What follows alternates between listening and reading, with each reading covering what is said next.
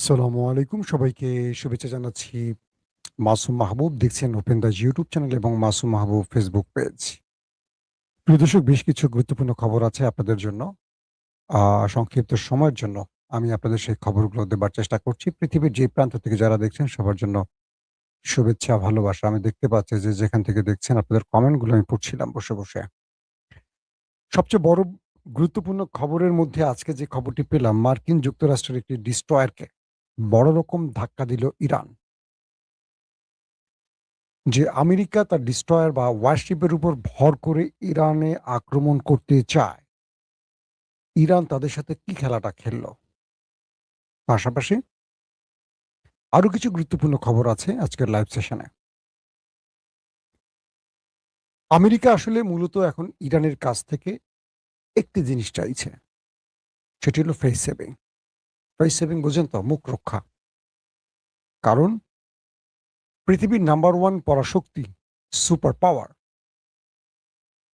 একটি শক্তিহীন বলা যায় আমেরিকার কাছে ইরান তো খুবই ক্ষুদ্র। তার কাছে পরাজিত হবে এটা কেউ মেনে নেবে, এটা ভাবা যায় না। ডোনাল্ড ট্রাম্পের আগামী মধ্যবর্তী নির্বাচন তার জন্য সবচেয়ে বড় কঠিন অবস্থার মধ্যে পড়ে যাচ্ছে। এখান থেকেও তিনি বাঁচতে চান। আমেরিকার ইস্টাবলিশমেন্ট আমেরিকার ইজ্জত ফিরিয়ে আনার জন্য ট্রাম্পকে চাপ দিচ্ছে যে কোনোভাবে ইজ্জত ফিরিয়ে আপনি বাঁচার চেষ্টা করেন। দর্শক, ঘটেছে কি আমি বলি আপনাদের। আপনাদের মনে থাকার কথা ২০২০ সালের দিকে একটি মার্কিন ডিস্ট্রয়ার ঢুকে পড়ে সাউথ চায়না জোনে। হঠাৎ করে সেই ডিস্ট্রয়ারটি কোনো কাজ করে না, অন্ধ হয়ে যায়। তার পুরো সিস্টেম হঠাৎ করে শাটডাউন হয়ে যায়। তখন এটার সঙ্গে সংশ্লিষ্ট যুদ্ধ বিমান বা আদার যে বিষয়গুলো থাকে সেগুলো একটা ভয়াবহ বিপর্যয়ের মধ্যে পড়ে। এটার ক্রুরা, সেলাররা মৃত্যুর অপেক্ষা গুনতে থাকে। তারপর একটি বার্তা আসে আমেরিকার জন্য, হেই আমেরিকা, তুমি ইরানের জলসীমায় তুমি চীনের জলসীমায় প্রবেশ করেছ, বের হয়ে যাও। যখনই সেই জাহাজটি জলসীমা থেকে বেরিয়ে যায়, সব সিস্টেম আবার অন হয়ে যায়। আমেরিকা বোঝে নাই আসলে কি অ্যাটাকটা হয়ে গেল, কি ঘটে গেল। চীন কি করলো আমেরিকার সাথে? ২০২০ সাল, এখন ২০২৬, আজকে ২ মে, ২৬ সালের আজকে ২ তারিখ মে মাসের। মার্কিন যুদ্ধজাহাজ, বেশ কিছু যুদ্ধজাহাজ এসছে, আপনারা জানেন, হরমুজ প্রণালী অবরোধ করে রেখে, এবং এখানে বিশাল বাজেট ব্যয় করে ইরানকে অর্থনৈতিকভাবে পঙ্গু করার দায়িত্ব নিয়েছে আমেরিকা।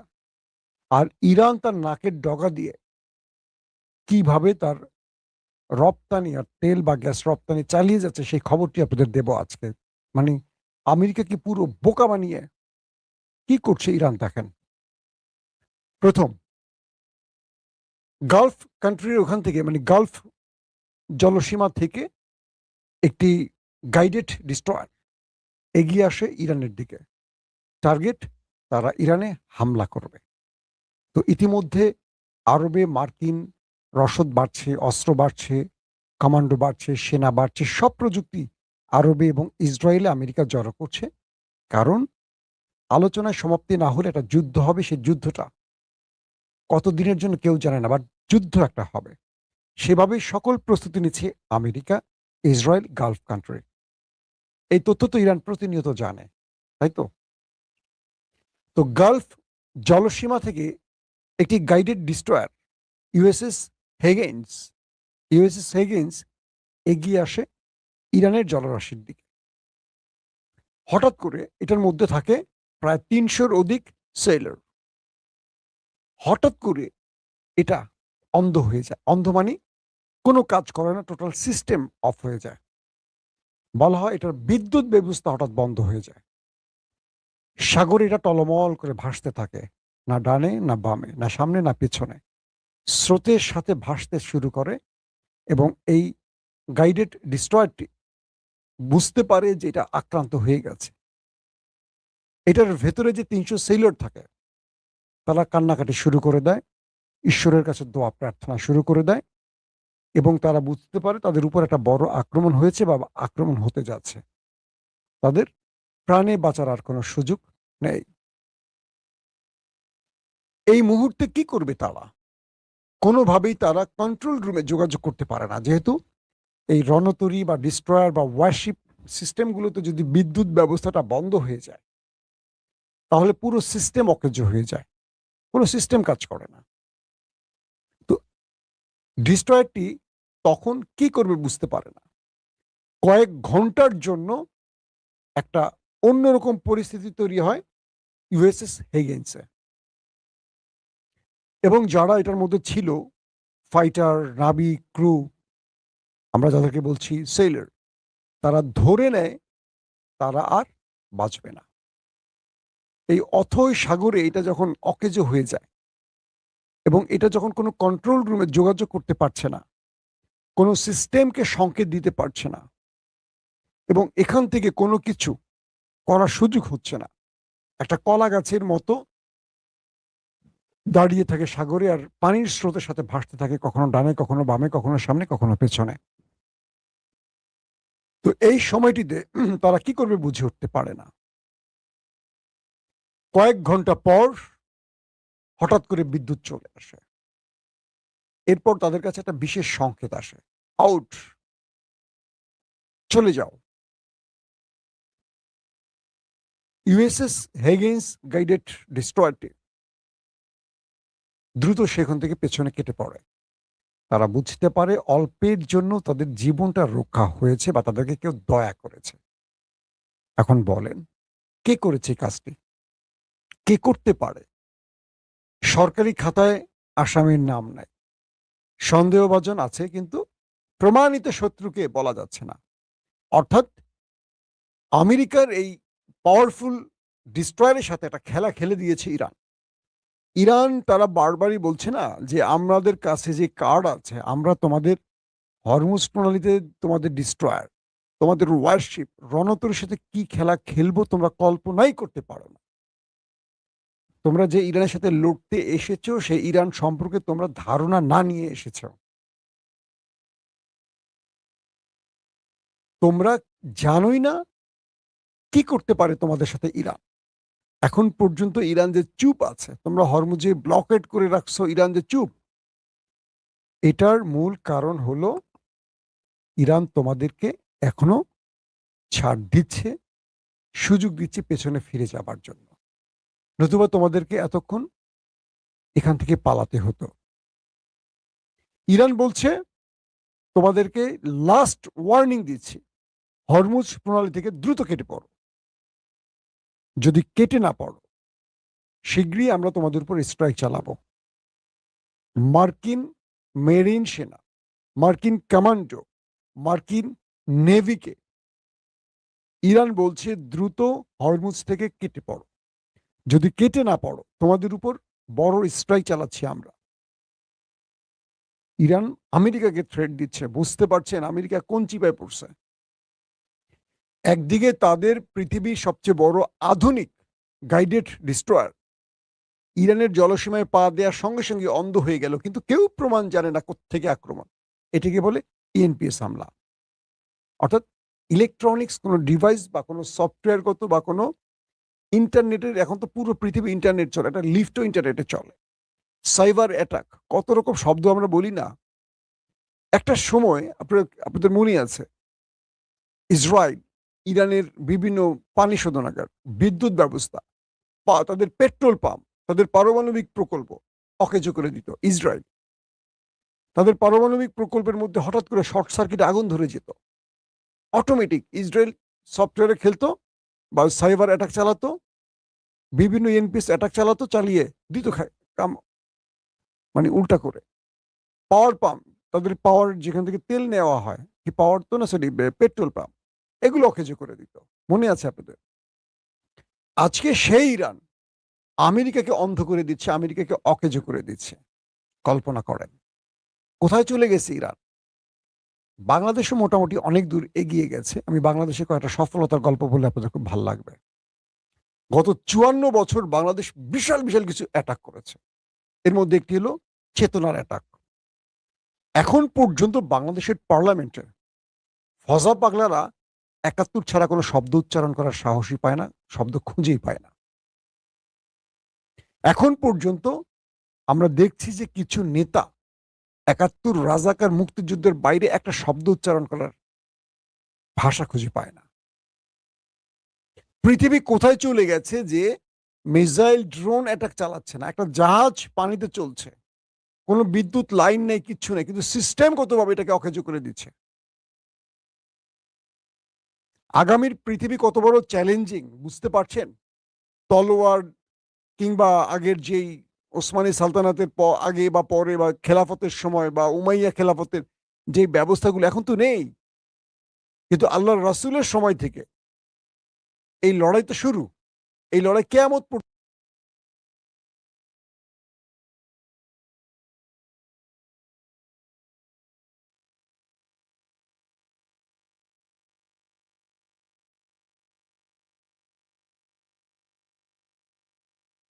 হ্যালো, হ্যালো, শুনতে পাচ্ছেন আপনারা? হ্যাঁ, আশা করি শুনতে পাচ্ছেন। কিছু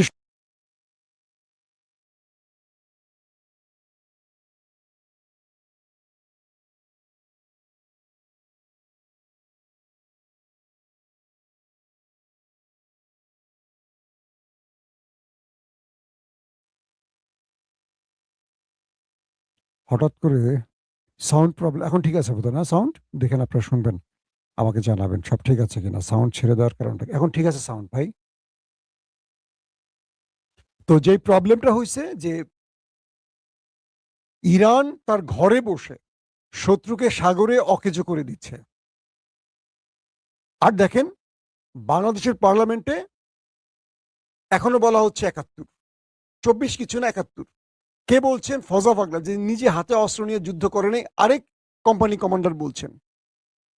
স্পিকার বলছেন যারা যুদ্ধ করেনি তারা মুক্তিযুদ্ধের সহায়ক, নট মুক্তিযোদ্ধা, তারা ফ্রিডম ফাইটার নয়, তাদেরকে মুক্তিযুদ্ধের সহায়ক বলা হয়।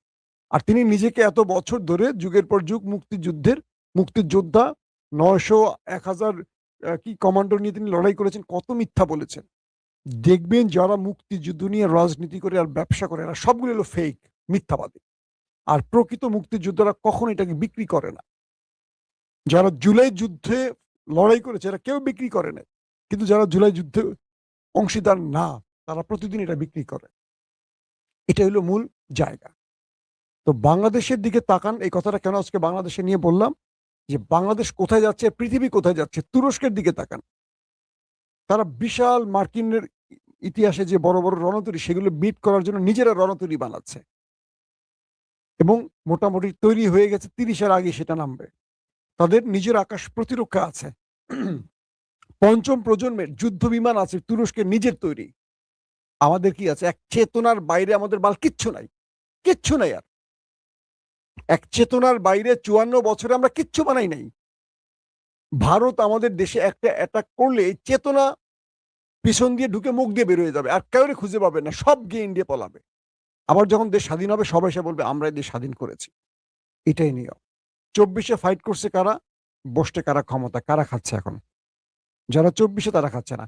৭১-এ যুদ্ধ করছে যারা, তারা কেউ নাই। সব ফেক লোকগুলি সামনে দাঁড়ায় গেছে, সেটাকে বিক্রি করে ৫৪ বছর খাইছে। কিন্তু প্রকৃত মুক্তিযোদ্ধারা ভাত পায় না, না খেয়ে ভিক্ষা করে। দেখবেন আমরা টেলিভিশনে চাকরির সময় এরকম অনেক স্টোরি করতাম। অনেক মুক্তিযোদ্ধা ভাত খেতে পারতেছে না, ভিক্ষা করতেছে রাস্তায়। আর লক্ষ লক্ষ মুক্তিযোদ্ধা তালিকা বানিয়ে রাখছে যারা মুক্তিযুদ্ধ করে না, অনেক রাজাকারী ছিল। কিন্তু বাংলাদেশের রাজনীতিতে পক্ষ আর বিপক্ষ তৈরিতে কেউ গুপ্ত হয়, কেউ সুপ্ত হয়, কেউ রাজাকার হয়, কেউ মুক্তিযোদ্ধা হয়। জাস্ট রাজনীতির এগুলো হলো শব্দ। তো আমরা দেখছি ইরানের অবস্থান। আজকে মার্কিন যুক্তরাষ্ট্র গোপনে ইরানকে কিছু প্রস্তাব দিচ্ছে যাতে ইরান একটু সমঝোতা করে। আমেরিকাকে বলছে তুমি হরমুজ থেকে চলে যাও, শীঘ্রই তোমার উপর আমি অ্যাটাক করতে যাচ্ছি, মানে বড় রকম স্ট্রাইক চালাবো। যে ইরানকে ওরা সাইবার অ্যাটাক করে অকেজো করে দিত, আজকে সেই ইরান ওদেরকে অকেজো করে দিচ্ছে। ওরা নতুন নতুন কার্ড খেলবে কি? ইরান নিজে ওদেরকে কার্ড খেলে প্রতিদিন নতুন নতুন চাপে ফেলে দিচ্ছে। ওরা হরমুজ প্রণালীতে ব্লকেট তৈরি করেছে। ইরান কি করছে জানেন? ইরান কি করছে, উজবেক, তুর্কমেনিস্তান বিভিন্ন পথ দিয়ে তারা যে রেল লাইন তৈরি করছে 10,000 কিলোমিটার, সেখান থেকে ইরান তার পরিবহন তেল সাপ্লাই দেওয়া শুরু করে দিচ্ছে। কল্পনা করেন, প্রতিটা জায়গায় শত্রুর বিকল্প তৈরি করে রেখেছে ইরান। আমেরিকা অ্যাটাক করতে এসে এখন পুরো বোকাচোদা হয়ে গেছে। দুঃখিত, শব্দটা অন্যরকম হয়ে গেছে। কারণ কি জানেন, এখন আমেরিকার এই ব্লকেট কোনো কাজে আসতেছে না হরমুজ প্রণালীতে। কারণ একদিকে হরমুজ দিয়েও তেল নিচ্ছে ইরান, আবার পাকিস্তান ইরান দুজনের খুলে দিছে, সীমান্ত খুলে দিছে। শুনছেন না খবরে? ইরান এবং পাকিস্তান সীমান্ত খুলে দিয়েছে। এই সুযোগে পাকিস্তান ভাবতেছে আমি কিছু মাল কামাই নাই। ইরান তাদের অপশন দিচ্ছে, আমার তেল তুমি তোমার দেশে ঢুকাও, বেচো। ইরান এখন যেহেতু পাকিস্তান ইরানের সীমান্ত আছে, ঢুকে গেছে। পাশে চীন, উজবেক, তুর্কমেনিস্তান থেকে চীনের যে 10,000 কিলোমিটারের পথ তৈরি করছে চীন আর ইরান মিলে, তারা যে বাণিজ্যিক রুট তৈরি করছে, বিশাল রেল লাইন তৈরি করছে 10,000 কিলোমিটার। কল্পনা করেন, এই পথ দিয়ে রেলে করে এখন তেল সাপ্লাই শুরু করছে ইরান। এখন আটকাবে কি করে আমেরিকা বলেন? হরমুজে এসে ব্লকেট দিছে, ইরান বিকল্প পথ চালু করে দিছে। মানে প্রতিটা জায়গায় ইরান আমেরিকাকে এমন ভাবে ওভার ট্রাম্প করছে যে আমেরিকা এখন আর কোনো শব্দ উচ্চারণ করতে পারছে না। ট্রাম্প দেখছে যে প্রতিটা জায়গায় ইরান তার কৌশলের কাছে আমেরিকাকে পরাজিত করছে। একটা পরাশক্তি কিভাবে ইরানের কাছে একদম নত হয়ে গেছে কল্পনা করতে পারেন? খেলা কোন লেভেলে চলে গেছে। এখন আরব রাষ্ট্রগুলো তারা বুঝতে পারছে না কি করবে। তারা তাদের দেশের মধ্যে আমেরিকাকে ঘাঁটি দিয়ে বসে আছে, আর ইরান বলছে যে তুমি তোমার দেশ থেকে আমেরিকাকে তাড়াও। ইরান বলে দিচ্ছে তোমার দেশ থেকে আমেরিকাকে বিদায় করো, নতুবা তোমার দেশে আমি স্ট্রাইক চালাবো। তোমার রাজা বাচ্চারা কেউ বাঁচবে না, তোমাদের প্রাসাদগুলো আমি প্রাসাদের ইট খুলে নেব একটা একটা করে। আজকে বলছি ইরানের পার্লামেন্ট মেম্বার, তোমার প্রাসাদের ইট আমি খুলে নিয়ে আসবো একটা একটা করে। বুঝতে পারছেন খেলা কোন লেভেলে চলে গেছে?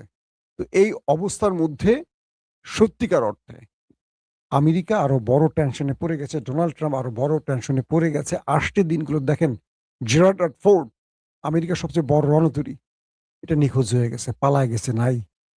ইরানে আক্রমণ করতে এসে পালায় গেছে। Abraham Lincoln out of service, এটা চিকিৎসার জন্য পাঠানো হয়েছে। আজকে যেটা বললাম যে ডিস্ট্রয়ার, এটা তো মোটামুটি খেলা একটা খেলে দিচ্ছে। তারপর আরো আছে যে কি বলে জর্জ বুশ, সেটাও এখন টল করে কোন দিকে যাবে পথ খুঁজে পাচ্ছে না। আসতে ইরানে আক্রমণ করতে একটা একটা করে পালানো শুরু হয়ে গেছে। অন্যদিকে আরব রাষ্ট্রের ইসরায়েলে অস্ত্র এনে জমা করছে আমেরিকার যুদ্ধের জন্য। চিন্তা করেন, ইরান বলছে যা কিছু করো ভেবে চিন্তে করো, তুমি ততটুকুই করো যতটুকু তুমি মেনে নিতে পারবা। কারণ তুমি আমার সাথে যা করবা আমি তার কম করব না, হয় বেশি করব, নাহলে সমান করব, কিন্তু মেনে নিতে পারবা কিনা সেটা চিন্তা করে করো। এই হলো অবস্থা এখন আমেরিকা ইরানের। কোনোভাবেই এখান থেকে আমেরিকা আসলে পথ খুঁজে পাচ্ছে না। আমেরিকার ফেস সেভিং ইরান দিচ্ছে না। এখন একটি ফেস সেভিং চায়, একটা আক্রমণের সুযোগ চায় আমেরিকা। একটা আক্রমণ করেই বিজয় ঘোষণা করে দিয়ে আমেরিকা চলে যাবে। ইরান বলছে ও আচ্ছা আচ্ছা ঠিক আছে, মাথা পেতে দিলাম, একটা বাড়ি মারো। তো একটা শর্ত আছে, ছোট্ট একটা শর্ত আছে, তুমি তো বড় ভাই, আমি তো ছোট ভাই, তুমি একটা বাড়ি মারো, আমি তোমাকে 5টা বাড়ি মারতে চাই। আমেরিকা শখ কত, শখ কত, আমি তোমার হাতে পায়ে ধরে একটা বাড়ি মারবো, তোমার লাগে 200 টাকা দিব, হুমায়ুন আহমেদের নাটকের মতো। তুমি আমার 5টা বাড়ি মারবো, এটা আমি খেলবো না, আমি তোমার সাথে খেলবো না। খেলা কোন লেভেলে বুঝছেন? আমেরিকা ইরান এই খেলা দেখে এখন কি মনে হচ্ছে পুরো ইউরোপ আমেরিকার কাছ থেকে সরে যাচ্ছে। ইউরোপ আমেরিকাকে তার সেনা ঘাঁটি বন্ধ করে আমেরিকাকে চলে যেতে বলতেছে। আমেরিকা কত বড় বিপদে আছে এখান থেকে হিসাব করুন। প্রত্যেকে ভালো থাকবেন। আল্লাহ হাফেজ। ওপেন দাইস মানে সত্যকে সত্য বলা, মিথ্যেকে মিথ্যে বলা। আমরা শোনা কথা নয়, চোখে যা দেখি তাই বলি।